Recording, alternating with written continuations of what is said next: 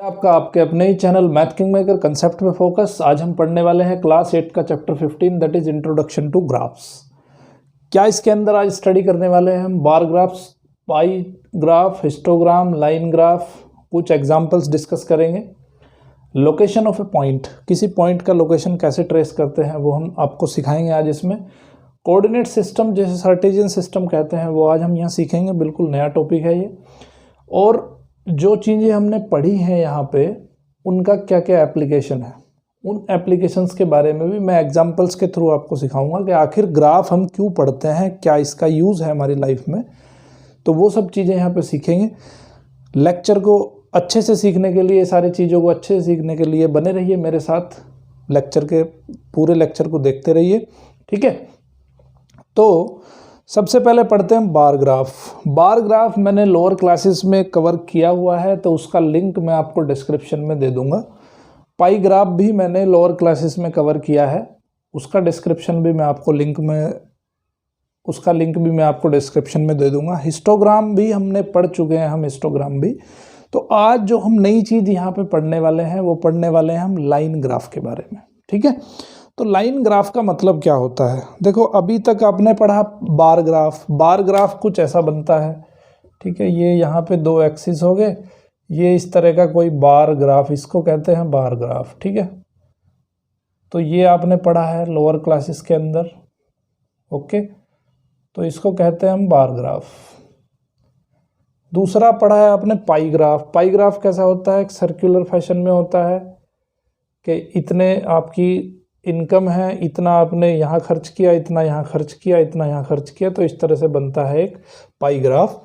Histogram में भी कुछ इसी तरह का होता है, हिस्टोग्राम भी, ठीक है। डिफरेंस क्या होता है बार ग्राफ और हिस्टोग्राम के अंदर, वो डिस्क्रिप्शन में मैं लिंक डाल दूंगा, वहाँ जाके देख लो आप। लोअर क्लासेस की वीडियोज़ हैं, 7th क्लास में दिया गया है, तो वो चीज़ें आपको वहाँ से समझ में आ जाएंगी। तो आज हम जो पढ़ने वाले हैं वो लाइन ग्राफ के बारे में पढ़ेंगे।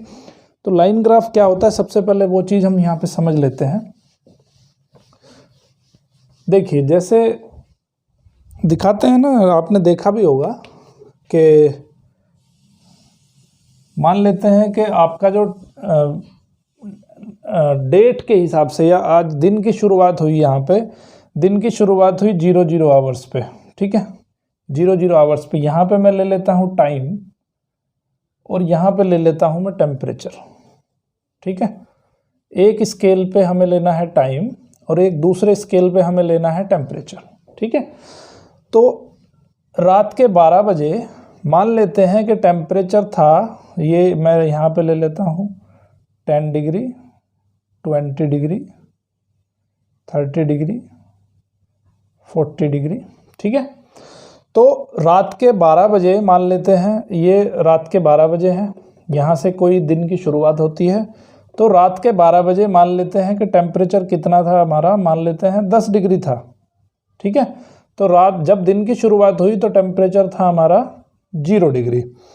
और जब सुबह के जो है यहाँ पे एक बजा रात का, यहाँ पे 2 बजे, यहाँ पे 3 बजे, यहाँ पे 4 बजे, यहाँ पे 5 बजे, यहाँ पे 6 बजे, यहाँ पे 7, 8, 9, 10, 11, 12, 13, 14,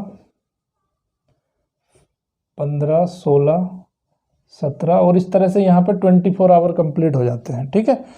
तो यहाँ पे देखो पीएम शुरू हो जाएगा, 12 बजे के बाद से पीएम शुरू हो जाएगा। तो यहाँ से लेके यहाँ तक जो है आपका वो क्या है, एएम है, ठीक है। मैंने जो टाइम फॉर्मेट लिखा है वो किस में लिखा है, आपका आवर्स में लिखा है, 24 आवर्स में लिखा है, ये हो जाएगा पीएम, ठीक है। 12 बजे के बाद से लग जाएगा आपका पीएम। तो मैंने क्या किया है, यहाँ पे पूरा टेम्परेचर को मैं लिख रहा हूँ कि हर घंटे का टेम्परेचर मैंने नोट किया, 22, 23 और 24, हर घंटे का टेम्परेचर नोट किया। और टेम्परेचर नोट करने के बाद एक ग्राफ जनरेट हुआ। तो रात को 12 बजे जो टेम्परेचर था, वो टेम्परेचर था 10 डिग्री मान लेते हैं, ठीक है, 10 डिग्री था। तो जब 1 बजा, तो 1 बजे टेम्परेचर हो गया मान लेते हैं 12 डिग्री, थोड़ा सा और ऊपर 1 बजे टेम्परेचर हुआ थोड़ा सा और ऊपर 12 डिग्री, ठीक है। जब 2 बजे तो टेम्परेचर और थोड़ा बढ़ा, मान लेते हैं टेम्परेचर तो कम होगा ना, जैसे जैसे रात बढ़ेगी तो जैसे जैसे रात बढ़ेगी तो टेम्परेचर कम होता चला जाएगा। तो मान लेते हैं कि 1 बजे टेम्परेचर जो है 9 डिग्री हो जाता है, ठीक है, टेम्परेचर इन डिग्री सेंटीग्रेड। अब 1 बजे का टेम्परेचर ये हो गया 9, 2 बजे का टेम्परेचर मान लें 8 डिग्री हो गया, 3 बजे का टेम्परेचर मान लेते हैं 7 डिग्री हो गया और कम हो गया, 4 बजे का टेम्परेचर मान लेते हैं 6 डिग्री हो गया, 5 बजे का टेम्परेचर मान लेते हैं 5 डिग्री हो गया। अब 6 बजे का टेम्परेचर फिर बढ़ा, मान लेते हैं 6 डिग्री हो गया, 7 बजे का टेम्परेचर 7 डिग्री हो गया, 8 बजे का टेम्परेचर 8 डिग्री हो गया, 9 बजे का टेम्परेचर 9 डिग्री हो गया, 10 बजे का टेम्परेचर 10 डिग्री हो गया, ठीक है। अब 11 बजे 10 बजे का टेम्परेचर मान लेते हैं हमारा 15 डिग्री हो गया, ठीक है, 10 बजे का टेम्परेचर मान लेते हैं 15 डिग्री हो गया। तो यहाँ से देखो, यहाँ से 15 कहाँ पे आएगा, यहाँ पे आएगा, ठीक है, 15 आएगा आपका यहाँ पे। अब मान लेते हैं 11 बजे का टेम्परेचर हमारा 20 डिग्री हो गया, तो 11 बजे का टेम्परेचर 20 डिग्री हो गया। 12 बजे का टेम्परेचर मान लेते हैं 25 डिग्री हो गया, तो 25 डिग्री आएगा यहाँ पे, तो ये हो गया आपका 25 डिग्री टेम्परेचर, ठीक है। तो इसी तरह से क्या देख रहे हो आप, अगर इन सब पॉइंट्स को हम मिला देते हैं तो मिला देने पे क्या बनेगा, इस तरह की एक लाइन ड्रॉ हो जाएगी। जब इन पॉइंट्स को सबको मिला दोगे तो मिलाने के बाद में आपकी जो है इस तरह की एक लाइन ड्रॉ होगी, ठीक है। तो इस लाइन को क्या कहते हैं हम, इस लाइन को कहते हैं हम लाइन ग्राफ। समझ में आई बात। तो लाइन ग्राफ का फायदा क्या है हमारा बनाने का, लाइन ग्राफ का फायदा ये है बनाने का कि वहाँ आपको टेबल में नहीं देखना, सिंपल यहाँ पे देख लोगे कि भाई 1 बजे का टेम्परेचर कितना है, यहीं से पता चल जाएगा आपको 1 बजे का टेम्परेचर कितना है, ठीक है। ओके, अभी थोड़ा सा इस पिक्चर को थोड़ा और क्लियर करते हैं, एक एग्जाम्पल के थ्रू मैं आपको सिखाता हूँ कि आखिर ये लाइन ग्राफ होता क्या है। जो बुक में आपकी एग्जाम्पल दिया है, देखो ये सबसे बड़ी बात है इसकी कि इसको हमें ग्राफ पेपर पे बनाना है। तो ग्राफ पेपर पे बनाएंगे तो बहुत इजीली हमें ये समझ में आ जाएगा, ठीक है। ओके, तो इसको ग्राफ पेपर के ऊपर बना लेते हैं। जैसे एक टेबल दी है आपको, मान लेते हैं एक टाइम और टेम्परेचर की एक टेबल दी है। टेम्परेचर डिग्री सेंटीग्रेड में दिया है और टाइम दिया है आपका। अब यहाँ पे एक टेबल दी है, उसको लिख लेते हैं हम क्या टेबल दी है, फिर उसके हिसाब से हम लाइन ग्राफ को ड्रॉ करेंगे। तो 6 AM जब है, 6 AM पे जो टेम्परेचर है वो 37 डिग्री सेंटीग्रेड है, और 10 AM पे जो टेम्परेचर है वो है 40 डिग्री सेंटीग्रेड, और 2 PM पे जो टेम्परेचर है वो है 38 डिग्री सेंटीग्रेड, और 6 PM पे जो टेम्परेचर है दैट इज़ 35 डिग्री सेंटीग्रेड, ठीक है। अब हमें क्या करना है, हमें एक टेबल हमें ग्राफ बनाना है, हमें लाइन ग्राफ को ड्रॉ करना है।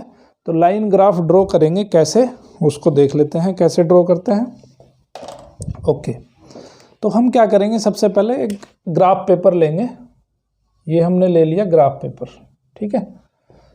अब ग्राफ पेपर कैसा होता है आपका, इस तरह का कुछ होता है।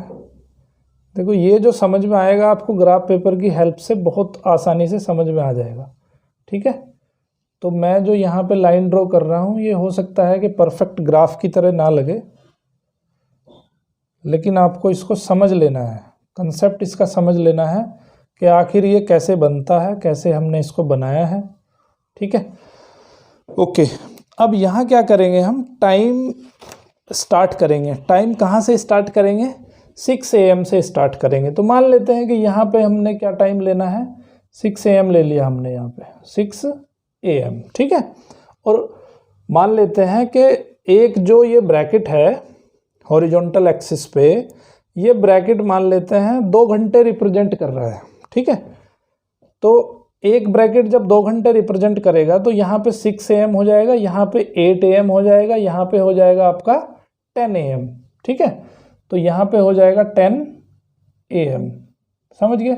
तो आपको क्या लिखना है यहाँ पे, पहले यहाँ पे लिखना है टाइम, और स्केल क्या लेना है आपको, स्केल लेना है, मान लेते हैं 1 सेंटीमीटर है, तो स्केल लेना है आपको 1 centimetre is equal to 2 hours.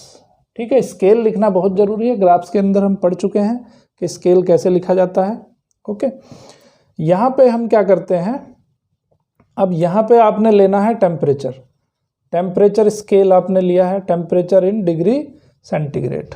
अब यहाँ पे स्केल भी लिखना पड़ेगा हमें, तो स्केल यहाँ पे कितना लिया है हमने, मान लेते हैं कि एक ब्रैकेट का 10 डिग्री टेम्परेचर है, so 1 centimetre is equal to 10 degree centigrade. ठीक है, सबसे पहली चीज़ है हमें डिसाइड करना है कि हमें कौन से स्केल पे क्या लिखना है। तो इस स्केल पे हमने टाइम लिखा और इस स्केल पे हमने टेम्परेचर को लिखा। ठीक है, इस पे हम टेम्परेचर शो कर रहे हैं, इस पे हम टाइम को शो कर रहे हैं।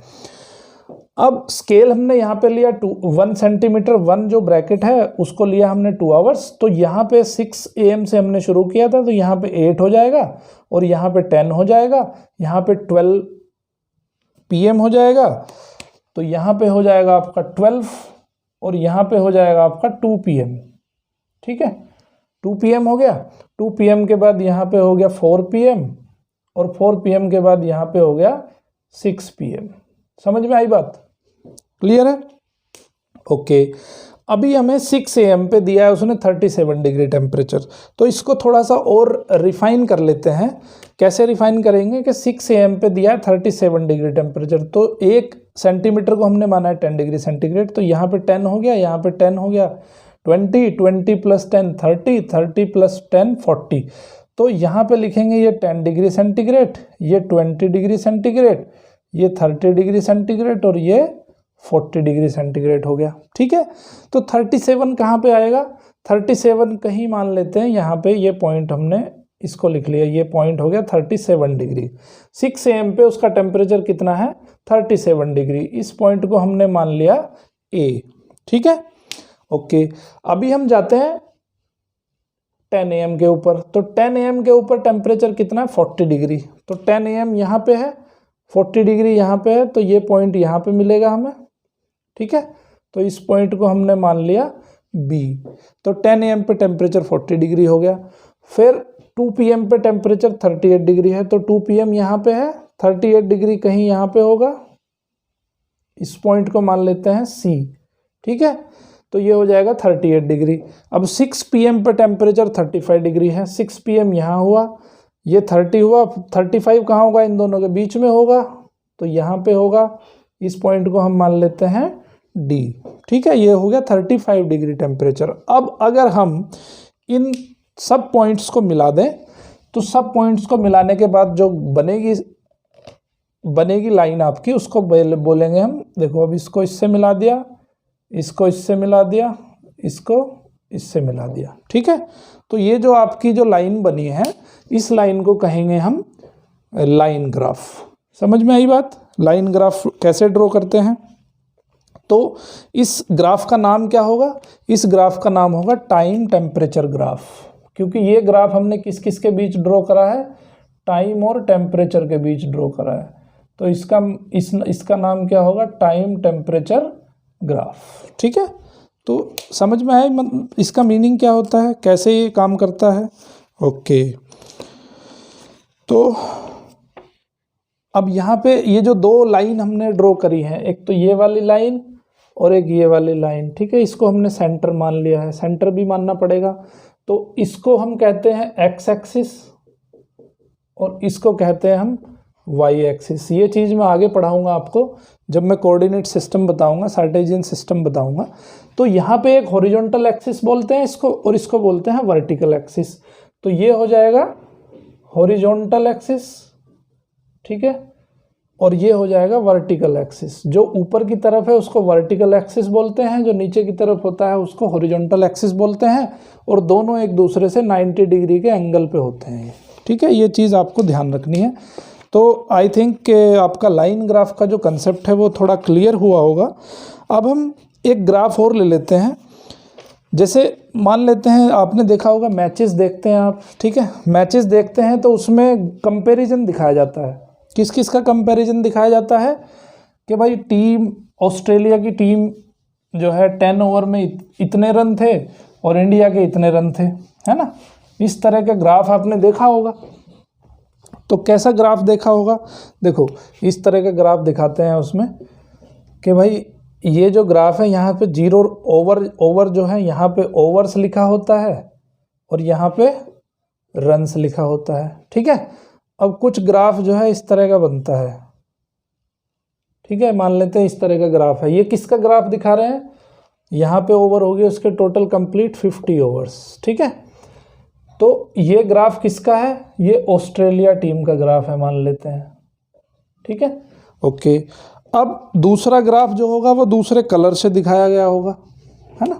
भाई शुरुआत तो इंडिया भी जीरो से ही करेगा, तो मान लेते हैं कि उसने जो है उसका ग्राफ ऐसा रहा, कहीं नीचे गया कहीं ऊपर गया और लास्ट में इंडिया जो है जीत गया, ठीक है। तो ये ग्राफ किसका है, ये ग्राफ है इंडिया का। तो इस तरह से जो है आप दिखा रहे हो उसको। तो यहाँ पे ओवर्स बने होंगे कि भाई फर्स्ट ओवर, ये सेकंड ओवर, ये थर्ड ओवर, ये फोर्थ ओवर और यहाँ पे लास्ट में कहीं पे होगा 50 ओवर्स, ठीक है। यहाँ पे रन्स होंगे कि भाई ये 10 रन्स हैं, ये 20 रन्स हैं, ये 30 रन्स हैं, ये 40 रन्स हैं और यहाँ पे ये ओवर्स होंगे और ये रन्स होंगे, ठीक है। तो यहाँ पे कहीं मान लेते हैं कि इंडिया ने बनाए हैं 400 रन्स, ठीक है। तो ऑस्ट्रेलिया ने बनाए थे 399, इंडिया ने बना दिए 400 रन्स, ठीक है। तो इस तरह से आपने यूजुअली देखा होगा। इसको मैंने क्यों दिखाया आपको, क्योंकि हर बच्चा जो है, लगभग हर बच्चा क्रिकेट देखता है घर में, ठीक है। तो इससे आप इसको कोरिलेट कर पाएंगे कि आखिर इसका यूज़ क्या है। तो आप क्या कर सकते हो कि हर ओवर की परफॉर्मेंस यहाँ से इस ग्राफ से देख सकते हो कि इस ओवर में उसकी इंडियन टीम की परफॉर्मेंस क्या थी, इंडियन टीम की कंडीशन क्या थी और इस ऑस्ट्रेलियन टीम की कंडीशन क्या थी। वो हर एक ओवर में आप उसको जो है कंपैरिजन कर सकते हो इजीली। तो इसका ये प्रैक्टिकल यूज़ है, ठीक है। अब मैं इसका एक प्रैक्टिकल यूज़ करता हूँ दो प्लेयर के परफॉर्मेंस के कंपैरिजन के बेस पे, ठीक है। दो प्लेयर की परफॉर्मेंस के कंपैरिजन के बेस पे हम इस ग्राफ को थोड़ा सा और अच्छे से समझेंगे। तो आपकी बुक में जो दिया है वो देख लेते हैं। एक ग्राफ बनाया गया है, तो उस ग्राफ को बना लेता हूँ मैं और बनाने के बाद उसको हम इंटरप्रेट करेंगे, ठीक है, ओके। तो ग्राफ बनाना भी बड़ा मुश्किल सा काम है, बट कोशिश कर लेते हैं हम, ठीक है। यहाँ पे उसने जो है ये लाइन बनाई है। देखो मैं इस ग्राफ को आपको इसी में समझा देता हूँ। यहाँ पे बनाना तो बहुत मुश्किल काम है, ठीक है। ग्राफ को इसी के अंदर आपको मैं सिखा देता हूँ कैसे ये जो है क्वेश्चन में कैसे किया है, ठीक है, ओके। तो इसको ग्राफ के माध्यम से हम यहाँ पे देखेंगे। देखिए, आई होप कि ये विजिबल हो रहा होगा आपको बड़े आराम से, ठीक है। तो इस ग्राफ में देखो, ये यहाँ पे क्या है, जो डॉटेड लाइन से दिखाया गया है, डॉटेड लाइन से बैट्समैन ए का ग्राफ दिखाया गया है और जो स्ट्रेट लाइन है उससे बैट्समैन बी का ग्राफ दिखाया गया है, ठीक है। यहाँ पे नंबर ऑफ मैचेस लिखे हुए हैं 1 2 3 4 5 6 7 8 9 10। दोनों ही बैट्समैन ने 10 मैचेस खेले हैं और यहाँ पे है रन स्कोर्ड। तो यहाँ पे फर्स्ट इनिंग में जो रन स्कोर किए हैं, अब ये देखो डॉटेड लाइन यहाँ से है, फर्स्ट इनिंग में जो बैट्समैन ए ने जो स्कोर किया है वो कितना किया है, 20 स्कोर किया है। लेकिन वहीं पे बैट्समैन बी ने फर्स्ट मैच में स्कोर कितना किया है, 60, ठीक है, 60 से शुरुआत हुई है इसकी। लेकिन सेकंड इनिंग देखो, सेकंड इनिंग में बैट्समैन ए ने स्कोर किया है कितना, 115 रन्स, 115 रन्स। और बैट्समैन बी ने स्कोर क्या किया सेकंड में, 40 रन्स, ठीक है। फिर थर्ड इनिंग की बात आई। थर्ड इनिंग में बैट्समैन ए जो है वो 0 पे आउट हो गया है, क्योंकि यहाँ पे ग्राफ देखो 0 से शुरू हुआ है। और जो बैट्समैन बी है उसका देखो यहाँ पे डॉट लगा हुआ है। तो कितने रन बनाए हैं उसने, 50 रन्स बनाए हैं, 50 रन स्कोर किए हैं। उसके बाद फोर्थ इनिंग में देखिए, फोर्थ इनिंग में दोनों बैट्समैन ने सेम रन बनाए हैं, 60 रन ही बैट्समैन ए ने बनाए, 60 रन ही बैट्समैन बी ने बनाए हैं, ठीक है। अब फिफ्थ इनिंग की बात करते हैं। बैट्समैन ए ने बनाए हैं कितने, 20 रन्स, बैट्समैन बी ने फिफ्थ इनिंग में बनाए हैं 45 रन्स। यहाँ पे देखिए 40 और 50 के बीच में कितना है, 45 रन्स है। सिक्स्थ इनिंग की बात करते हैं। सिक्स्थ इनिंग में बैट्समैन बी ने बनाए हैं अगेन 45 रन्स, लेकिन बैट्समैन ए ने बनाए हैं 90 रन्स। फिर 6th इनिंग की बात करते हैं, बी ने बनाए अगेन 45 रन्स, लेकिन बैट्समैन ए ने बनाए हैं कितने 90 रन्स, ठीक है। 7th इनिंग की बात करते हैं, ए ने बनाए 35, बी ने बनाए यहाँ देखो 100 रन्स। फिर 8th इनिंग की बात करते हैं, ए ने कितने बनाए हैं, ए ने बनाए हैं 75 रन्स और बी ने बनाए हैं 60 रन्स, ठीक है।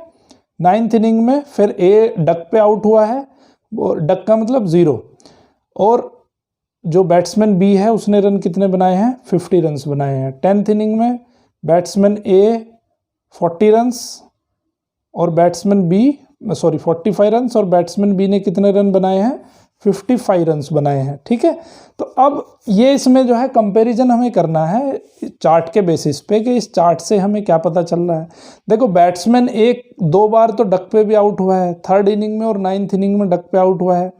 बैट्समैन बी का जो ग्राफ है वो ज़्यादा वेरी नहीं कर रहा है, ठीक है, तो उसका मिनिमम स्कोर कितना है 40 रन्स है, ठीक है। लेकिन आप यहाँ देखो कि मिनिमम स्कोर उसका 40 रन्स है, बट फिर भी उसके रन उससे ज़्यादा हैं। ज़्यादा क्यों है? क्योंकि उसके ग्राफ में ज़्यादा वेरिएशन नहीं है, कंसिस्टेंसी उसकी बहुत अच्छी है। बल्कि बैट्समैन ए की कंसिस्टेंसी अच्छी नहीं है, एक बार तो 115 रन मार दे रहा है, फिर 2 बार 0 पे भी आउट हो रहा है, वो 20 रन पे भी आउट हो रहा है 2 बार, ठीक है, 2 बार 35 रन्स पे भी, एक बार 35 रन्स पे भी आउट हो रहा है, एक बार 45 रन्स पे भी आउट हो रहा है, ठीक है। तो इसका मतलब है कि इस ग्राफ से हम क्या कर सकते हैं, इस ग्राफ से हम दोनों बैट्समैन की परफॉर्मेंस को एनालाइज कर सकते हैं, ठीक है। तो आई होप कि ये एग्जाम्पल भी आपको समझ आया होगा। अब बात करते हैं हम एग्जाम्पल 2 की। एग्जाम्पल 2 को पहले हम बना लेते हैं इसका ग्राफ।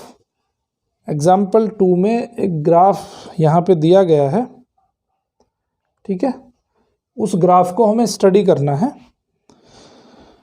तो देखो ये यहाँ पे क्या है, नीचे से जो है थोड़ा सा इस तरह थोड़ा श्रिंक करके दिखाया गया है। श्रिंक का मतलब ये है कि ये ग्राफ आपका 0 से स्टार्ट नहीं हो रहा है, ठीक है।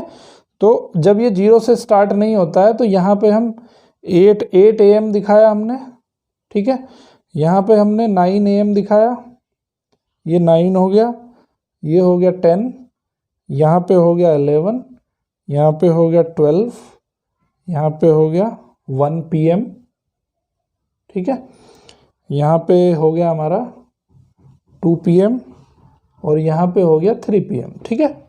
तो यहाँ पे क्या दिया है उसने, टाइम दिया है, किस पे टाइम दिया है, एक्स एक्सिस पे टाइम दे दिया है, और वाई एक्सिस पे उसने क्या दिया है, वाई एक्सिस पे दिया है डिस्टेंस।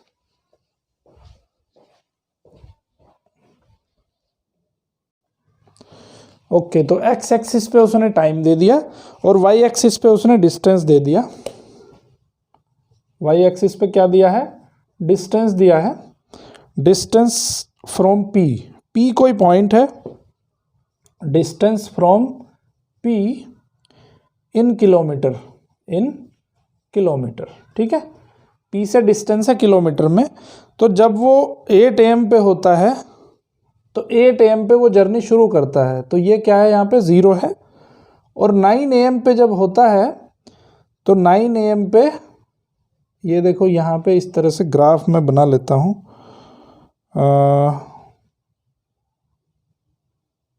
इस तरह से एक ग्राफ बना लेते हैं जिससे कि और इजीली समझ में आ जाएगा।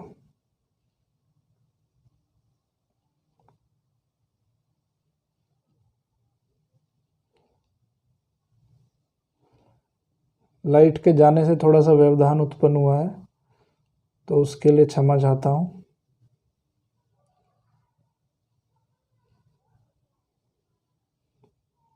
ओके, तो इस तरह से हमने क्या किया, वर्टिकल लाइंस बना ली, ठीक है। अब हॉरिजॉन्टल लाइन भी ड्रॉ कर लेते हैं। तो ये हो गई हमारी हॉरिजॉन्टल लाइंस, ओके। तो हॉरिजॉन्टल लाइंस ड्रॉ हो गई हमारी, ठीक है।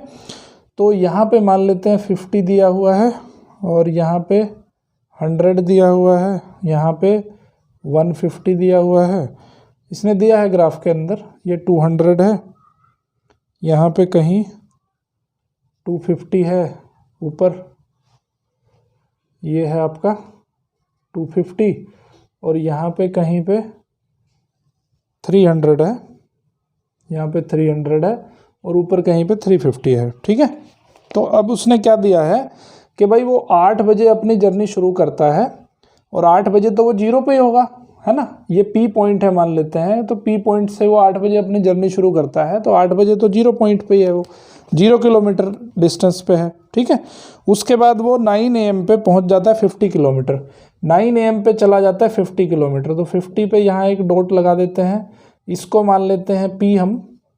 ठीक है, इसको मान लेते हैं हम ए। तो 9 AM पे वो ए पॉइंट पे पहुंच जाता है, मतलब 50 किलोमीटर ट्रैवल करता है। 10 AM पे वो 150 होता है, 10 का और 150 का मैच कहाँ पे हो रहा है, यहाँ पे हो रहा है, तो ये हो गया बी पॉइंट। और 11 AM पे वो 200 पहुंच जाता है, 11 AM पे 200, यहाँ पे सी हो गया ये। ठीक है, ये सी पॉइंट हो गया। उसके बाद 12 पे वो पहुंच जाता है, 12 पे कहीं नहीं जाता, यहीं पे रहता है, तो ये हो गया डी पॉइंट। अब वो क्या करता है कि 1 PM पे 2 PM, उसके बाद सीधे उसने 2 PM दिया है, तो 2 PM पे चला जाता है 350, तो ये 300 हो गया। मान लेते हैं एक लाइन और बना देते हैं यहाँ पे, तो ये हो जाएगा 350 और 2 PM पे वो पहुँच जाता है कहाँ, 350, तो ये जो ई पॉइंट हो गया। ठीक है, अब उसने जो ग्राफ दिया है वो ऐसा दिया है कि पहले यहाँ से यहाँ गया, फिर यहाँ से यहाँ गया, फिर यहाँ से यहाँ गया, फिर ऐसे स्ट्रेट रहा, कहीं नहीं गया वो, और फिर यहाँ से यहाँ पहुँच गया। ठीक है, अभी हमें इसके क्वेश्चंस का जवाब देना है। What information is given on 2 axis. पहला क्वेश्चन उसने पूछा है कि 2 एक्सिस पे कौन सी इन्फॉर्मेशन जो है वो दी गई है। तो कौन कौन सी इन्फॉर्मेशन दी है, पहले एक्सिस पे दिया है उसने टाइम, दूसरे एक्सिस पे दिया है उसने डिस्टेंस। ठीक है, अब टाइम का स्केल पूछेगा, वो स्केल कैसे बताएंगे हम। 1 centimetre is equal to 2 centimetre is equal to 1 hour, क्योंकि ये 8 से 9 के बीच में कितने हैं, 2 बॉक्सेस हैं, तो मैं लिख देता हूँ 2 centimetre is equal to 1 hour. ठीक है, 2 centimetre is equal to 1 hour, या कह सकते हो कि 1 centimetre is equal to 1/2 hours, ऐसा भी लिख सकते हो, दोनों ही सही है। डिस्टेंस में क्या लिखेंगे हम, 1 box is equal to 25 kilometre, भाई 2 बॉक्सेस को हम 50 किलोमीटर ले रहे हैं, सो यहाँ लिखेंगे कि 1 centimetre is equal to 25 kilometre, 1 centimetre is equal to 25 kilometre. तो अगले जो ए में क्या, ए में पूछ रहा है वो कि भाई इंफॉर्मेशन क्या है, एक्स एक्सिस पे कौन सा है, एक्स एक्सिस पे टाइम दिया है और वाई एक्सिस पे क्या दिया है उसने, वाई एक्सिस पे डिस्टेंस दिया है। समझ में आई बात। तो ये पहला क्वेश्चन आपका क्लियर हो गया। अब दूसरे क्वेश्चन में क्या पूछ रहा है वो, from where and when did the car begin its journey. तो कहाँ से जर्नी शुरू करी उसने, पी से जर्नी शुरू करी। सो लिखेंगे हम journey started from P at 8 AM, 8 AM पे उसने जर्नी को शुरू किया। अब तीसरा क्वेश्चन है, how far did the car go in the first hour. First hour में कार कितने किलोमीटर गई, तो फर्स्ट आवर कौन सा है, 8 से 9 वाला, पहला घंटा, तो 8 से 9 आवर्स के बीच में वो कार कितने किलोमीटर गई, 50 किलोमीटर गई। इस ग्राफ से सीधे सीधे पता चल रहा है हमें। तो सी जो क्वेश्चन का आंसर आ जाएगा वो आ जाएगा क्या, 50 किलोमीटर। और क्या पूछ रहा है, how far did the car go during the second hour. Second hour में कार कहाँ से कहाँ तक गई, सेकेंड आवर कौन सा है, 9 से लेके 10th का। तो यहाँ से देखो 50 से लेके और फिर कार कहाँ तक चली गई, 150 तक चली गई। तो कितने किलोमीटर चली सेकेंड आवर में, 50 से लेके 150 तक, तो कितना डिफरेंस है, 100 किलोमीटर। तो जो डी का आंसर आएगा वो आएगा क्या, 100 किलोमीटर। अब नेक्स्ट उसने पूछा है, was the speed same during the first 3 hours. First 3 hours में क्या स्पीड सेम थी। देखो पहले घंटे में वो कितना गया, 50 किलोमीटर गया, दूसरे घंटे में कितना गया, 100 किलोमीटर गया, तीसरे घंटे में कितना गया, 150 से 200, तो कितना हो गया, 50 हो गया, तीसरे घंटे में 50 हो गया। तो क्या तीनों में स्पीड सेम है? नहीं सेम है, क्योंकि पहले घंटे में 50 किलोमीटर चला, दूसरे घंटे में 100 किलोमीटर चला, तीसरे घंटे में 50 किलोमीटर चला। तो तीसरे घंटे में और पहले घंटे में तो स्पीड सेम थी, बट तीनों घंटों के दौरान स्पीड सेम नहीं थी। तो आंसर आएगा आपका नो। एक्सप्लेनेशन दे दोगे कि फर्स्ट आवर में स्पीड 50 किलोमीटर प्रति घंटा थी, दूसरे आवर में स्पीड 100 किलोमीटर प्रति घंटा थी, तीसरे आवर में स्पीड 50 किलोमीटर प्रति घंटा थी। ठीक है, तो ये हो गया। Was the speed same during the first 3 hours? क्या फर्स्ट 3 आवर्स में स्पीड सेम थी? बिल्कुल नहीं थी। रीजन उसका मैंने आपको बता दिया। When did the car reach city Q? Q पे कार जो है कितने बजे पहुंचती है? मैंने आपको यहाँ पे बताया 2 बजे पहुंचती है। ये 2 बजे वाला चार्ट मैंने दिखाया आपको, ठीक है, तो उसने दिया है। तो ये जो है आपकी जर्नी जो ख़त्म होती है वो कितने बजे ख़त्म होती है? 2 o'clock जर्नी ख़त्म हो जाती है। तो इस तरह से ये इसका प्रैक्टिकल यूज़ है लाइन ग्राफ का। उसी के बेस पे एक्सरसाइज आपकी 15.1 है, कंप्लीट एक्सरसाइज आप कर लेंगे। ठीक है, ग्राफ आपको दिया होगा और उस ग्राफ से आपको रीड करना है डाटा। तो रीड करने का टेक्निक मैंने आपको सिखा दी है बहुत सिंपलर वे में। फिर भी अगर कोई डाउट आता है तो कमेंट बॉक्स में जाके अपने डाउट आप पूछ सकते हैं। ठीक है, उसके बाद हम जो पढ़ने वाले हैं वो पढ़ने वाले हैं कि कोऑर्डिनेट सिस्टम। देखो, कहीं भी किसी पॉइंट की अगर हमें लोकेशन ट्रेस करनी हो तो उसके लिए हमें क्या ज़रूरत पड़ती है? कोऑर्डिनेट की ज़रूरत पड़ती है। उसको क्या कहते हैं? कोऑर्डिनेट कहते हैं। ठीक है, तो और उस सिस्टम को जिसमें हम उस कोऑर्डिनेट को ट्रेस करते हैं, देखो मैंने आपको बताया एक्स एक्सिस और वाई एक्सिस। ठीक है, तो मैंने आपको क्या, अब पढ़ेंगे हम कोऑर्डिनेट सिस्टम। कोऑर्डिनेट सिस्टम या इसको जो है बोलते हैं कार्टेशियन सिस्टम भी इसको कहते हैं, कार्टेशियन सिस्टम भी कहते हैं। तो सबसे पहले हम क्या पढ़ेंगे? एक पॉइंट के बारे में पढ़ना जरूरी है हमें कि किसी पॉइंट को एक्सिस पे कैसे ट्रेस करते हैं। जैसे मान लेते हैं ये मैंने आपको एक्सिस बताए हैं, ये एक्स एक्सिस बताया है और ये वाई एक्सिस बताया है। ठीक है, एक ग्राफ पेपर के माध्यम से मैं आपको समझाऊंगा। ये मैं पहले एक ग्राफ बना लेता हूँ। ठीक है, तो ग्राफ पेपर पे आपको बहुत अच्छे से समझ में आ जाएगा। ओके, तो इस तरह से जो है आपका ग्राफ पेपर होता है। Good, okay. अब हमें क्या करना है? देखो, इसको कहते हैं ओ को कहते हैं हम ओरिजिन। ओ को क्या कहते हैं? ओरिजिन कहते हैं। ये हो गया हमारा एक्स एक्सिस और ये हो गया हमारा वाई एक्सिस। ठीक है, एक हो गया एक्स एक्सिस, हॉरिजॉन्टल एक्सिस हो गया एक्स एक्सिस और वर्टिकल एक्सिस हो गया हमारा वाई एक्सिस। अब मान लेते हैं कि एक्स एक्सिस पे हम 2 पॉइंट चले गए, तो एक्स एक्सिस पे हम चले गए कितना? 2 पॉइंट, और वाई एक्सिस पे चले गए हम 3 पॉइंट।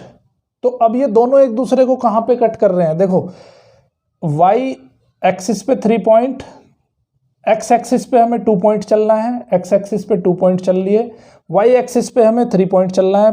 पहले आप इधर गए, कितने गए? 2 पॉइंट्स।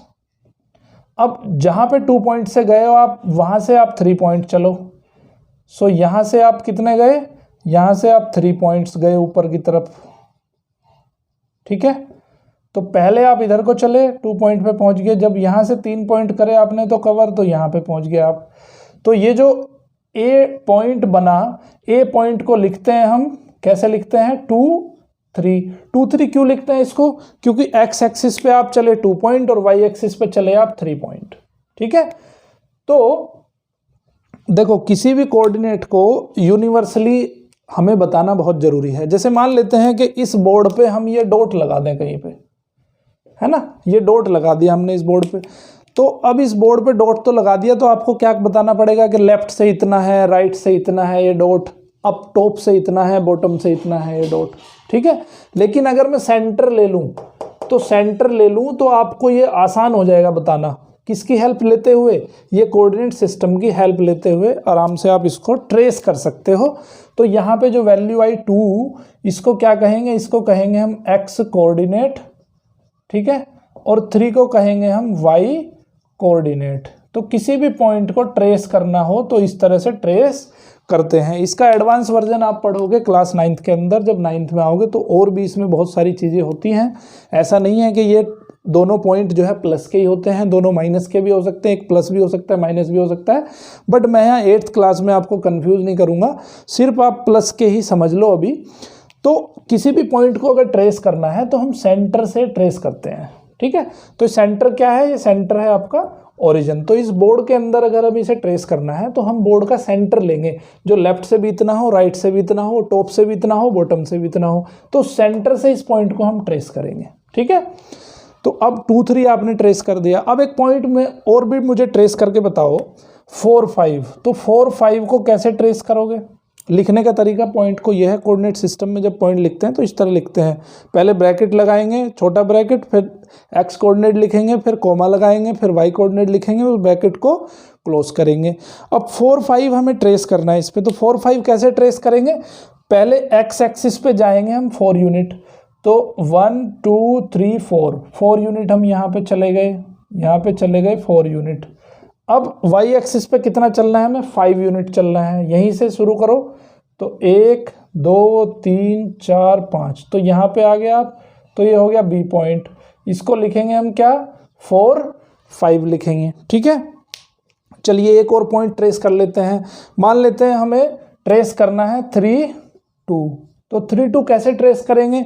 एक्स एक्सिस पे 3 पॉइंट जाओ, सो 1 2 3 पॉइंट एक्स एक्सिस पे चले गए। वाई पे आपको 2 पॉइंट जाना है, तो 1 2, तो ये जो पॉइंट आ गया आपका सी, ये पॉइंट कितना आ गया? 3 2 आ गया। चलिए एक पॉइंट और ट्रेस करके देखते हैं। मान लेते हैं कि 1 6 आपको ट्रेस करना है, 1 6 आपको ट्रेस करना है, तो 1 6 कैसे ट्रेस करेंगे? पहले एक्स एक्सिस पे हम 1 पॉइंट जाएंगे, एक्स एक्सिस पे 1 पॉइंट गए, और वाई एक्सिस पे 6 पॉइंट, तो 1 2 3 4 5 और 6 कहीं यहाँ पे होगा, तो ये पॉइंट आपका जो है कितना हो जाएगा? 1 6 हो जाएगा, ठीक है। तो इस तरह से किसी भी पॉइंट को ट्रेस करने का तरीका हमारा ये है, इसको कहते हैं हम सर्टेजियन सिस्टम या कोऑर्डिनेट सिस्टम, ठीक है, ओके। अब एक पॉइंट और हमें ट्रेस करना है। मान लेते हैं हम 0 3 हम ट्रेस कर रहे हैं, 0 3 हम ट्रेस कर रहे हैं, तो x कोऑर्डिनेट कितना है इसका? 0 है, y कोऑर्डिनेट कितना है? 3 है, तो 0 तो यहीं पे होगा, है ना, कहीं चलना ही नहीं है हमें x कोऑर्डिनेट के ऊपर, केवल y कोऑर्डिनेट के ऊपर चलना है। तो 1 2 3, तो ये पॉइंट जो हो जाएगा आपका, ये पॉइंट क्या हो जाएगा? 0 3, ठीक है। सिमिलर फैशन में अगर हमें 4 0 ट्रेस करना हो, तो 4 0 कैसे ट्रेस करेंगे?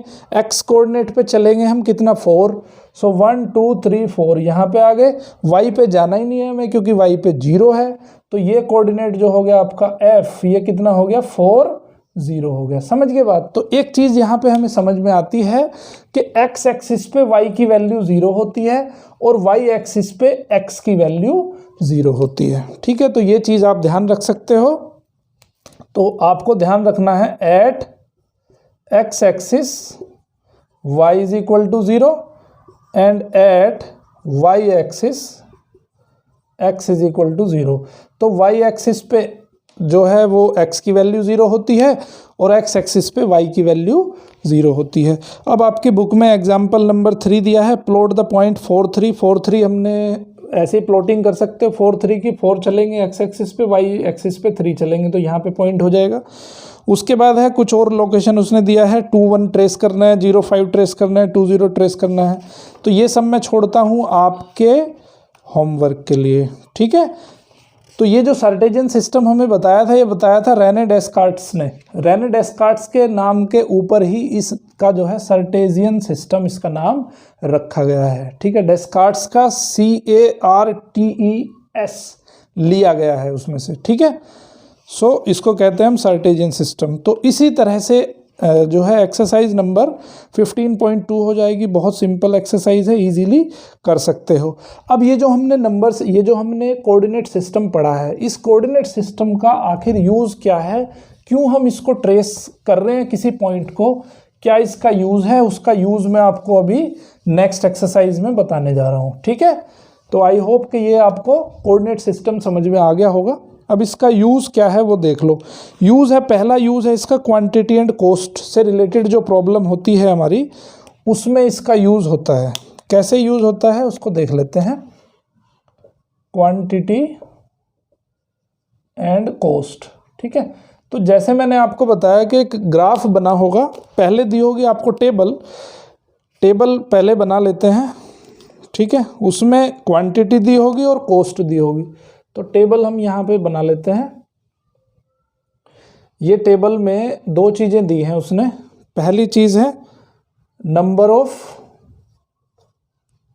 लीटर पेट्रोल, ठीक है। दूसरे में दिया है कॉस्ट इन रुपीस।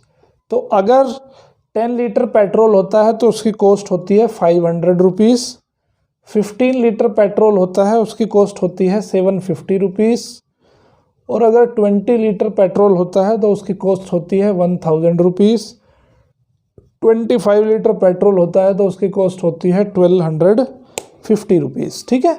अब आपको करना क्या है, अब यहाँ से क्या कर सकते हो आप, पहला काम आपको करना है mark number of litre along the horizontal axis.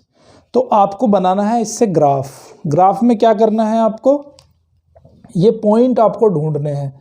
कौन से पॉइंट ढूंढने हैं? 10, 500, 15, 750, 20, 1000, 25, 1250। तो हम यहाँ पे ग्राफ बनाएंगे और उस ग्राफ की हेल्प से इसको समझने की कोशिश करेंगे, ठीक है।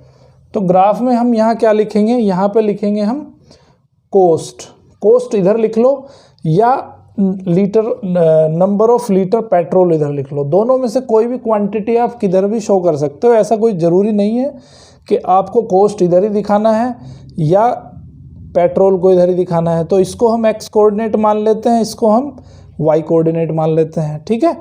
तो यहाँ पे हम सबसे पहले ग्राफ पेपर बना लेंगे इस तरह से, ठीक है।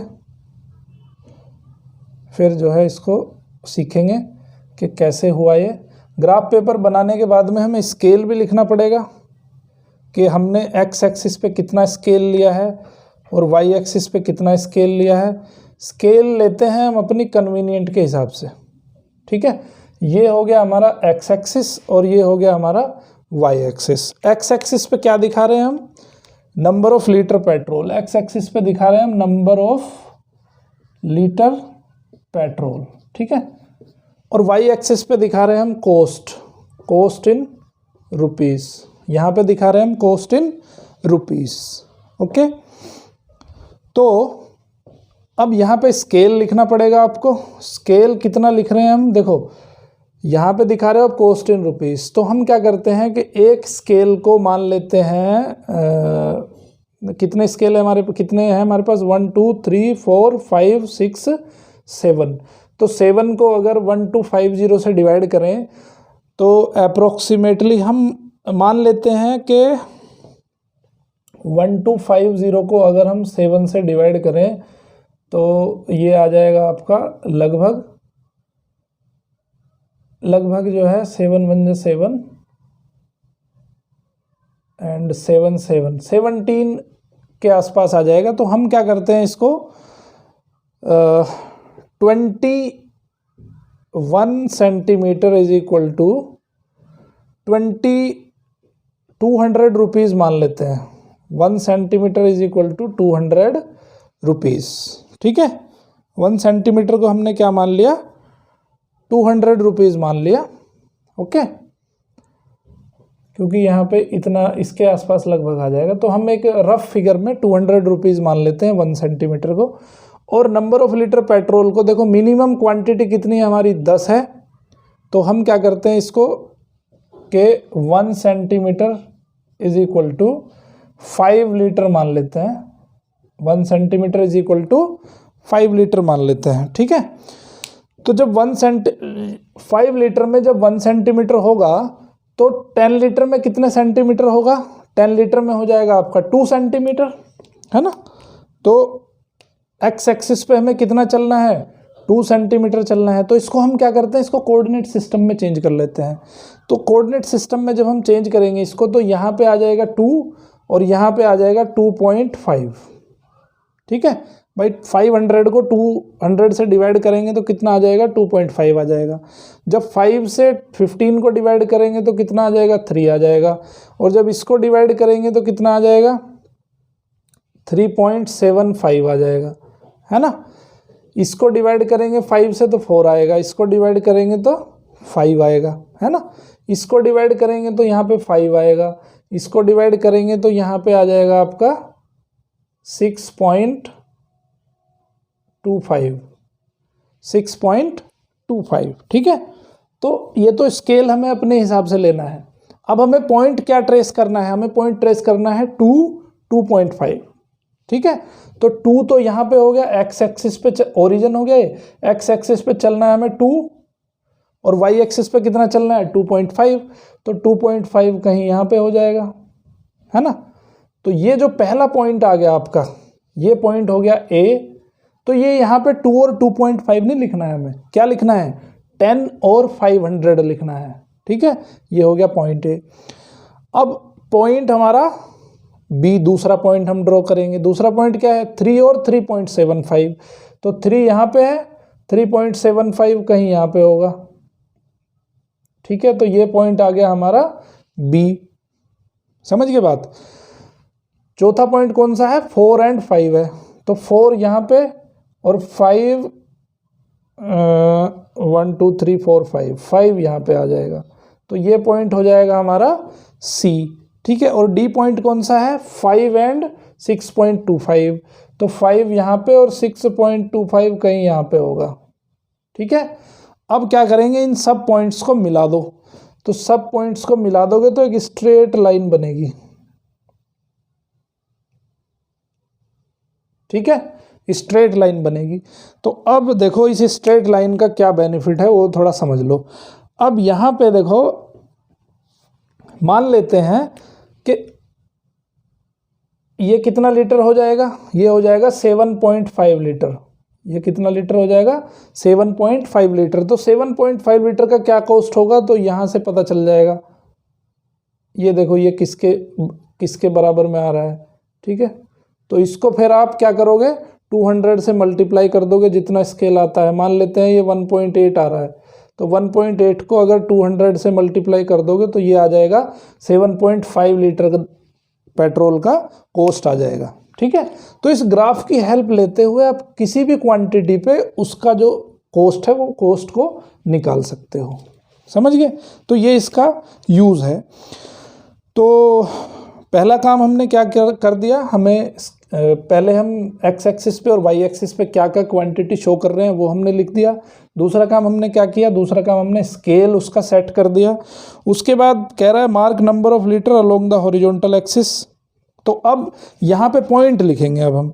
तो ए पॉइंट क्या लिखेंगे हम, ए पॉइंट हो जाएगा 10 500, ठीक है। बी पॉइंट क्या हो जाएगा 15 और 750। सी पॉइंट क्या हो जाएगा 20 और 1000। और डी पॉइंट क्या हो जाएगा 25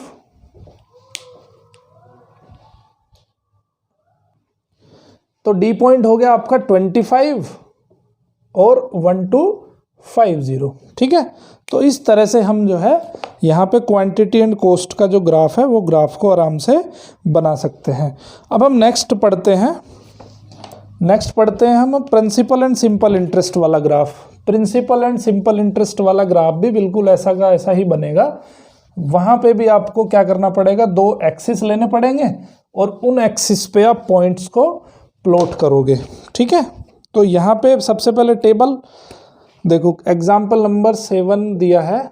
इसमें क्या करना है हमें, principal amount, principal and simple interest की एक टेबल दी होगी, तो टेबल बनानी पड़ेगी। A bank gives 10% simple interest, जो रेट है उसका वो क्या है 10% सिंपल इंटरेस्ट पे दे दिया किसी को पैसा।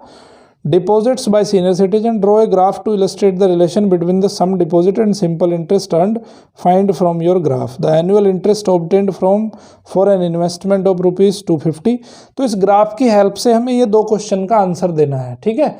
तो अब देखो उसने हमें बताना है कि 250 पे एनुअल इंटरेस्ट कितना है। सिंपल हम फॉर्मूले से भी बता सकते हैं कि कितना है, ठीक है।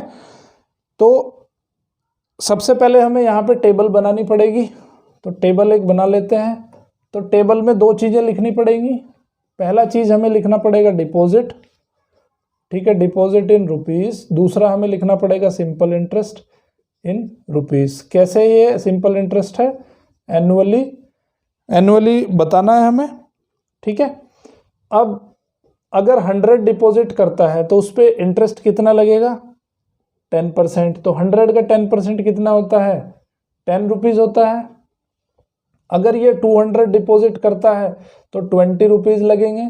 300 डिपॉजिट करता है तो उसको 30 रुपीज़ मिलेंगे। और अगर 400 डिपॉजिट करता है तो 40 रुपीज़ मिलेंगे उसको, ठीक है। तो अब हम क्या करते हैं, सिंपली यहाँ पे ग्राफ प्लॉट कर लेते हैं।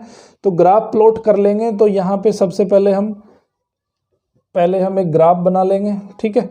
देखो मैं सिंपल आपको कंसेप्ट बता रहा हूँ, बाकी तो ये क्वेश्चन को आप इजीली कर सकते हो। यहाँ पे आपको क्या है, सबसे पहले यहाँ पे डिपॉजिट या तो यहाँ ले लो डिपॉजिट, या सिंपल इंटरेस्ट यहाँ ले लो, दोनों में से कोई भी चीज़ आपको ले सकते हो। यहाँ पे हम स्केल लिख सकते हैं। स्केल मान लेते हैं 1 centimetre is equal to 10 rupees. 1 centimetre is equal to 10 rupees मान लेते हैं। यहाँ पे डिपॉजिट में 1 centimetre is equal to 100 rupees मान लेते हैं, ठीक है। तो अब हम यहाँ पे प्लॉट करेंगे। प्लॉट किसको करेंगे, देखो यहाँ पे 100 रुपीज़ माना है तो इसको 100 से डिवाइड करना पड़ेगा हमें। 100 से मतलब 1 आ जाएगा, 10 से इसको डिवाइड करेंगे तो 1 आ जाएगा, यहाँ पे 2 आ जाएगा, यहाँ पे 2 आ जाएगा, 3 आ जाएगा, 3 आ जाएगा, 4 आ जाएगा, 4 आ जाएगा, ठीक है। तो यहाँ पे पहला प्लॉटिंग किसकी करनी है, हमें 1 1 की करनी है, 1 और 1। तो ये ए पॉइंट आ गया 1 1। अब दूसरा पॉइंट बी है 2 2 2 2, तो ये बी हो गया 2 2। तीसरा हो गया सी 3 3, सॉरी ये 3 3 है और ये 4 4 है। तो 3 3 कहाँ होगा, यहाँ पे हो जाएगा। 4 4 कहाँ होगा, यहाँ पे हो जाएगा। सबको एक साथ मिला दोगे तो हमें क्या बताना है, हमें बताना है कि 250 का इन्वेस्टमेंट करेंगे तो कितना इंटरेस्ट मिलेगा। तो भाई 250 कहाँ पे होगा, 250 तो यहाँ पे होगा, है ना। 250 यहाँ पे होगा तो ये किससे जाके मिलेगा, इससे जाके मिलेगा। ये कहाँ से जाके मिलेगा, यहाँ से जाके मिलेगा। तो ये 10 हो गया, ये 20 हो गया, ये कितना होगा 25 रुपीज़ हो गया, ठीक है। ये 10 हो गया, ये 20 हो गया, 25 हो गया। क्लियर है।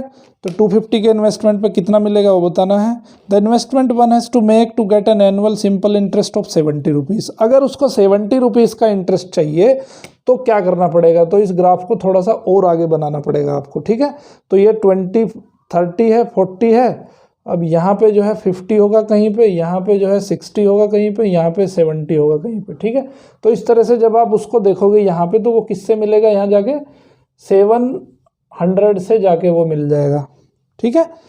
तो हम बता सकते हैं कि 700 रुपीज़ अगर जमा करेगा तो उसको सिंपल इंटरेस्ट कितना मिलेगा, 70 रुपीज़ का सिंपल इंटरेस्ट मिलेगा। उसी तरह से टाइम डिस्टेंस का भी आप जो है ग्राफ बना सकते हो। उस ग्राफ की हेल्प लेते हुए आप क्वेश्चन को सोल्व कर सकते हो। ये मैं आपके लिए छोड़ रहा हूँ, ठीक है। आपको करना है एक्सरसाइज से 15.3 इन्हीं बेसिक कंसेप्ट से पूरी की पूरी एक्सरसाइज हो जाएगी कवर। कोई भी अगर डाउट आता है तो कमेंट बॉक्स में ज़रूर कमेंट करिएगा, आपके डाउट का आंसर आपको दिया जाएगा, ठीक है। तो ये लेक्चर यहाँ पे कंप्लीट होता है। वीडियो अगर आपको बहुत अच्छी लगी है तो उस वीडियो को लाइक कर दीजिए, शेयर कर दीजिए और ज़्यादा से ज़्यादा लोगों तक इसको पहुंचाइए। इस चैनल को मैथ किंग मेकर कंसेप्ट पे फोकस, अगर आपको कंसेप्ट अपने क्लियर करने हैं तो इस चैनल को सब्सक्राइब कर दीजिए बेल आइकन के साथ, जिससे कि आपको अर्ली नोटिफिकेशन मिल सके। Thank you very much. देखते रहिए मैथ किंग मेकर।